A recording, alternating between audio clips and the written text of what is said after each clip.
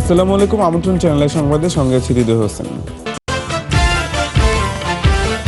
সন্ত্রাস ও জঙ্গিবাদের বিরুদ্ধে প্রতিরোধ গড়ে তোলার আহ্বান, সাম্প্রদায়িকতার সঙ্গেও আপোষ না করার অঙ্গীকার। জঙ্গিবাদ মোকাবেলায় বাংলাদেশকে সব ধরনের সহযোগিতায় আগ্রহী যুক্তরাষ্ট্র, চাহিদা যাচাই করে সিদ্ধান্ত। মানবতা বিরোধী অপরাধে বাঙালি সেনা কর্মকর্তার বিরুদ্ধে তদন্ত শুরু, দ্রুতই চূড়ান্ত প্রতিবেদন। এবং রংপুরে জাপানি নাগরিক ও মাজারের খাদেম হত্যায় 14 জিএমবি আসামি, আদালতে চার্জশিট।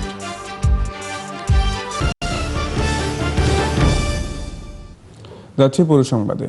সন্ত্রাস ও জঙ্গিবাদের বিরুদ্ধে প্রতিরোধ গড়ে তোলার আহ্বান জানিয়েছে 14 দল। কেন্দ্রীয় শহীদ মিনারে সন্ত্রাস, জঙ্গিবাদ ও সাম্প্রদায়িকতা বিরোধী সমাবেশে জোটের নেতারা বলেছেন, কোনো আপোষ নয়, জঙ্গিবাদকে ধ্বংস করতে হবে। বিদেশিদের হত্যার ঘটনা দেশকে অকার্যকর করার ষড়যন্ত্র বলেও মন্তব্য করেন। রিপোর্ট। হঠাৎ করেই অসাম্প্রদায়িক চেতনার বাংলাদেশে সন্ত্রাস, জঙ্গিবাদের কালো ছায়া। গুলশানের আর্টিজান রেস্তোরাঁ আর পবিত্র ঈদের দিন শোলাকিয়া, পরপর ঘটে যাওয়া এসব সন্ত্রাসী হামলায় স্তম্ভিত পুরো দেশ। এসব ঘটনার প্রতিবাদ এবং সন্ত্রাস, জঙ্গিবাদ রুখে দিতে কেন্দ্রীয় শহীদ মিনারে 14 দলের সমাবেশ।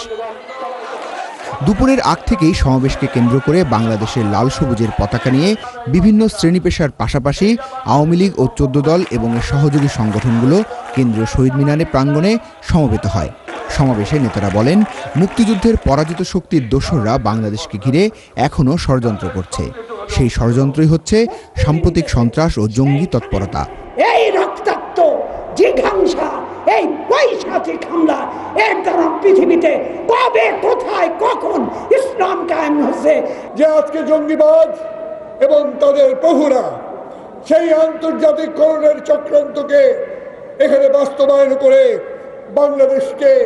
বাংলাদেশের উপরে তাদের কর্তৃত্ব, তাদের হস্তক্ষেপ তারা কায়েম করতে চায়। এই হত্যাকাণ্ডের সঙ্গে আর বাইরে কেউ সম্পৃক্ত নয়। এই হত্যাকাণ্ডের সঙ্গে সেই বিএনপি জামাতি জড়িত আছে, এটা আজকে প্রমাণিত হয়েছে। প্রিয় বন্ধুরা আমার, সন্ত্রাস ও জঙ্গিবাদ নিরসনে সমাজের সকল স্তরের মানুষকে ঐক্যবদ্ধভাবে এগিয়ে এসে প্রতিরোধ গড়ে তোলার আহ্বান জানানো হয় সমাবেশে। এদেরকে ধ্বংস না করা পর্যন্ত আমরা ঘরে ফিরে যাব না। এই জঙ্গিবাদীদের সঙ্গে কোনো আপোষ নাই। মাঠ পর্যায়ে যার যার জায়গা থেকে প্রতিরোধ গড়ে তুলুন এবং জঙ্গিবাদীদের ধ্বংস করুন। গণমানুষের নেতাদের নিয়ে আমরা কমিটি করব। যে কমিটি হবে সন্ত্রাস বিরোধী কমিটি, শেখ হাসিনা আহ্বানে সাড়া দিয়ে এই কমিটি আমরা করব। আপনারা দয়া করে পাড়া মহল্লায়, ঢাকা শহরে, গ্রামে গঞ্জে সবাই এই কমিটি গঠনের সময় 14 দলকে সাহায্য করবেন। সন্ত্রাস বিরোধী এই সমাবেশকে ঘিরে কড়া নিরাপত্তা ব্যবস্থা নেওয়া হয়। Niladri Shekhar, channel I, Dhaka. সন্ত্রাস ও জঙ্গিবাদ মোকাবেলায় বাংলাদেশকে সব ধরনের সহযোগিতা দিতে চায় যুক্তরাষ্ট্র। যুক্তরাষ্ট্রের দক্ষিণ ও মধ্য এশিয়া বিষয়ক সহকারী পররাষ্ট্রমন্ত্রী নিশাদ ইশায়ার সঙ্গে বৈঠক শেষে স্বরাষ্ট্রমন্ত্রী আসাদুজ্জামান খান বলেছেন, কী ধরনের সহযোগিতা নেওয়া হবে সরকার চাহিদা যাচাই করে সে বিষয়ে সিদ্ধান্ত নেবে। রিপোর্ট করছেন মুরসালিন বাবলা। বাংলাদেশে দুদিনের সফরের শেষ দিন স্বরাষ্ট্র মন্ত্রণালয়ে যান যুক্তরাষ্ট্রের দক্ষিণ ও মধ্য এশীয় বিষয়ক সহকারী পররাষ্ট্রমন্ত্রী নিশাদ দেশাই বিসওয়ালের নেতৃত্বে প্রতিনিধি দল। প্রথমে স্বরাষ্ট্রমন্ত্রী আসাদুজ্জামান খানের সঙ্গে বৈঠক করেন তারা। পরে স্বরাষ্ট্র মন্ত্রণালয়ের সভাকক্ষে স্বরাষ্ট্রমন্ত্রীর উপস্থিতিতে বৈঠক করেন পুলিশ প্রধান ও গোয়েন্দা প্রধানদের সঙ্গে। বৈঠক শেষে নিশাদ দেশাই সাংবাদিকদের বলেন, বাংলাদেশের প্রতি যুক্তরাষ্ট্রের সমর্থন ও সহযোগিতা আগের মতোই অটুট থাকবে। I'm here on behalf of President Obama and Secretary Kerry to express the support of the United States to the people and government of Bangladesh. আমি এখানে এসেছি সন্ত্রাসবাদ এবং চরমপন্থার বিরুদ্ধে বাংলাদেশের লড়াইয়ে যুক্তরাষ্ট্রের সহযোগিতা ও সমর্থনের প্রস্তাব নিয়ে। সন্ত্রাসবাদ মোকাবেলায় আমাদের সহায়তা আমরা অব্যাহত রাখব। এ এক বৈশ্বিক হুমকি যা আমাদের দুদেশকেই মোকাবেলা করতে হচ্ছে। চরমপন্থা একটি বৈশ্বিক হুমকি। আজকাল আমরা খুব বেশি করে দেখতে পাচ্ছি আন্তর্জাতিক সন্ত্রাসী গোষ্ঠীগুলো যে কোনো জায়গা থেকে তাদের অনুসারীদের নিয়োগ দিতে পারে এবং যে কোনো জায়গা থেকে তাদের সন্ত্রাসী কার্যক্রম চালাতে পারে। বাংলাদেশের জনগণের সঙ্গে আমাদের বন্ধুত্বের বন্ধন বজায় রাখতে আমরা দৃঢ়প্রতিজ্ঞ। স্বরাষ্ট্রমন্ত্রী বলেন, সন্ত্রাসবাদ মোকাবেলায় যুক্তরাষ্ট্র বাংলাদেশের সঙ্গে থাকবে বলে অঙ্গীকার করেছে।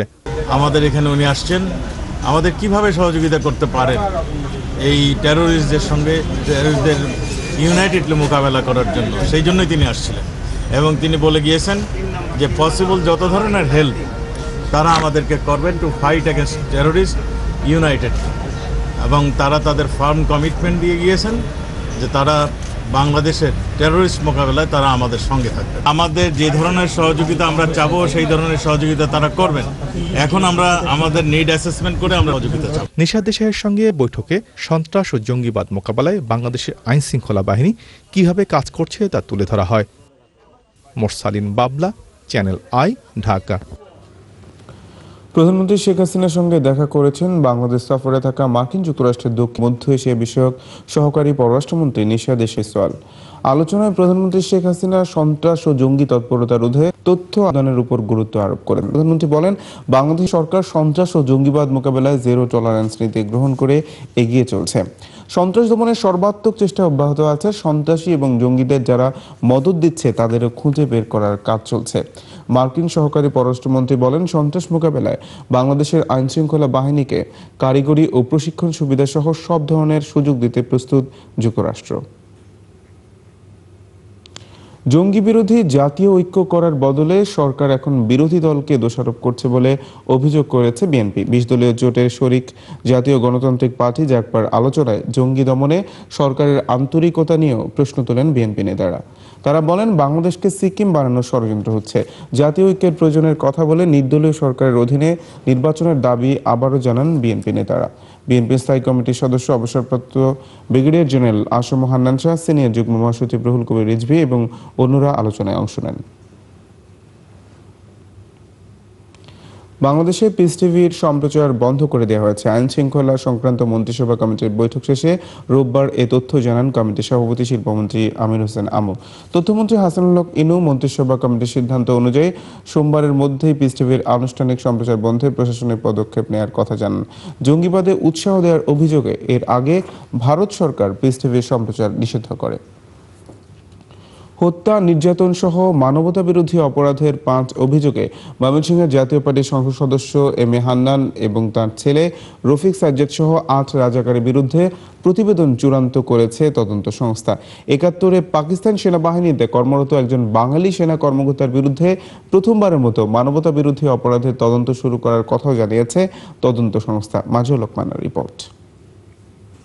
মানবতাবিরোধী অপরাধের অভিযোগে আটক আছেন ময়মনসিংহের সাবেক মুসলিম লীগ নেতা ও বর্তমানে জাতীয় পার্টির ত্রিশাল 7 আসনের সংসদ সদস্য এম এ হান্নান, তাঁর ছেলে রফিক সাজ্জাদ, জামায়াতের সদস্য চিকিৎসক খন্দকার গোলাম সাব্বির আহমদ, জাতীয় পার্টির নেতা মিজানুর রহমান, সাবেক জামায়াত কর্মী হরমুজ আলী, আর পলাতক একই জেলার জামায়াত কর্মী ফখরুজ্জামান, মুসলিম লীগ সমর্থক আব্দুস সাত্তার ও খন্দকার গোলাম রাব্বানী। 8 আসামির বিরুদ্ধে প্রায় 1 বছর তদন্ত শেষে প্রতিবেদন চূড়ান্ত করার কথা জানিয়েছে তদন্ত সংস্থা। তাদের বিরুদ্ধে যে সমস্ত অভিযোগ আমরা আনছি, প্রাথমিক তদন্তে অগ্নিসংযোগ, লুটপাট, অপহরণ, আটক, নির্যাতন, হত্যা ও লাশ গুম। নিয়মিত প্রশ্নোত্তরে তদন্ত সংস্থা তাদের তদন্ত কার্যক্রম সম্পর্কে জানান। তৎকালীন পাকিস্তান আর্মির একজন সদস্য, যিনি একজন বাঙালি পাকিস্তান আর্মিতে ক্যাপ্টেন ছিলেন, তো প্রাথমিক তদন্ত করে তার বিরুদ্ধে যথেষ্ট সাক্ষ্য প্রমাণ পেয়েছি। তার বিরুদ্ধে কমপ্লেন রেজিস্টারে তোলা হয়েছে, তার মামলা রুজু হয়েছে। তদন্ত অনেক দূরে এগিয়ে গেছে। আমরা আশা করি শিগগিরই, ধরেন 1-1.5 মাসের মাঝেই তার বিরুদ্ধে একটা প্রতিবেদন দিতে পারবো। তদন্ত সংস্থা জানিয়েছে, কৌশলগত কারণে তারা এই মুহূর্তে সাবেক এই সেনা কর্মকর্তার পরিচয় প্রকাশ না করলেও আসামি নজরদারিতে আছে বলে জানান তারা। মাজহরক মান্না, চ্যানেল আই, ঢাকা। শোলাকে জঙ্গি হামলার ঘটনায় পুলিশের হাতে আটক জাহিদুল হক তামিমকে 10 দিনের রিমান্ডে নিয়ে জিজ্ঞাসাবাদ শুরু করেছে পুলিশ। ওই ঘটনায় জড়িত অন্য জঙ্গিদের নাম পরিচয় খুঁজে বের করতে তাকে জিজ্ঞাসাবাদ করা হচ্ছে বলে জানিয়েছেন তদন্তকারীরা। চকম আলীর রিপোর্ট। কিশোরগঞ্জের শোলাকিয়ায় জঙ্গি হামলায় 2 পুলিশ সদস্য নিহতের ঘটনায় পুলিশের দায়ের করা হত্যা মামলায় অন্যতম সন্দেহভাজন জাহিদুল হক তামিম। ঘটনার সময়ই ওই স্থান থেকে তামিম এবং শফিকুল ইসলামকে আটক করে পুলিশ। তামিমকে পুলিশ হেফাজতে এবং শফিকুলকে জিজ্ঞাসাবাদ করে র্যাব। রোববার বিকেলে এই দুইজনকে আসামি করে মামলা করেছে পুলিশ। তামিমকে হাজির করা হয় কিশোরগঞ্জের জুডিশিয়াল ম্যাজিস্ট্রেট আদালতে। সে সময় আদালতকে জানানো হয়, হামলায় জড়িত অন্য জঙ্গিদের নাম পরিচয় জানতে তাকে আরও জিজ্ঞাসাবাদ জরুরি। আদালতে 10 দিন রিমান্ড চাওয়া হয়েছিল। বিজ্ঞ আদালত 10 দিনের রিমান্ড মঞ্জুর করিয়াছে। জঙ্গি হামলার নেপথ্যের কুশীলবদের খুঁজে বের করা হবে বলেও জানায় পুলিশ। আমরা বিভিন্ন তথ্য যা পাই বা যা আমাদের কাছে ইনফরমেশন আসে, প্রকৃতপক্ষে এই ইনফরমেশনগুলি তদন্তের স্বার্থে বা নিরাপত্তার স্বার্থেই প্রকাশ করা উচিত নয়। তদন্ত চলবে, এটি একটি কন্টিনিউয়াস প্রক্রিয়া। এটি শেষ হলে আমরা আশা রাখি ইনশাল্লাহ পজিটিভ রেজাল্ট আসবে। আরেক সন্দেহভাজন শফিকুল ইসলামকে জিজ্ঞাসাবাদের জন্য র্যাব সদস্যরা নিজেদের হেফাজতে নিলেও এখনও আদালতে হাজির করা হয়নি। উদ্ভূত পরিস্থিতিতে জেলার সার্বিক অবস্থা নিয়ে বিকেলে আইনশৃঙ্খলা কমিটির জরুরি বৈঠক করেছেন কিশোরগঞ্জের জেলা প্রশাসক। চকর মালিথা, চ্যানেল আই, কিশোরগঞ্জ। হত্যার 10 মাস পর 8 জঙ্গিকে অভিযুক্ত করে রংপুরে জাপানি নাগরিক কুনিও হোসে হত্যা মামলায় পুলিশের দায়ের করা চার্জশিট গ্রহণ করেছেন আদালত। আর মাজার খাদেম রহমত আলী হত্যায় নিষিদ্ধ জেএমবির 14 নেতাকর্মীকে অভিযুক্ত করে আদালতে চার্জশিট দিয়েছে পুলিশ। আসামিদের বিরুদ্ধে চাঞ্চল্যকর আরও মামলায় সম্পৃক্ততা থাকার অভিযোগ রয়েছে বলে পুলিশ জানিয়েছে। কাউনিয়ার আলুটারি গ্রামে গত 3 অক্টোবর নিজ কৃষি খামারে গেলেন জাপানি নাগরিক কুনিও হোসেকে গুলি করে এবং একই বছরের 11 নভেম্বর কাউনিয়ার চেপা মধুপুর বাজেমস্কর গ্রামে খাদেম রহমত আলীকে জবাই করে হত্যা করা হয়।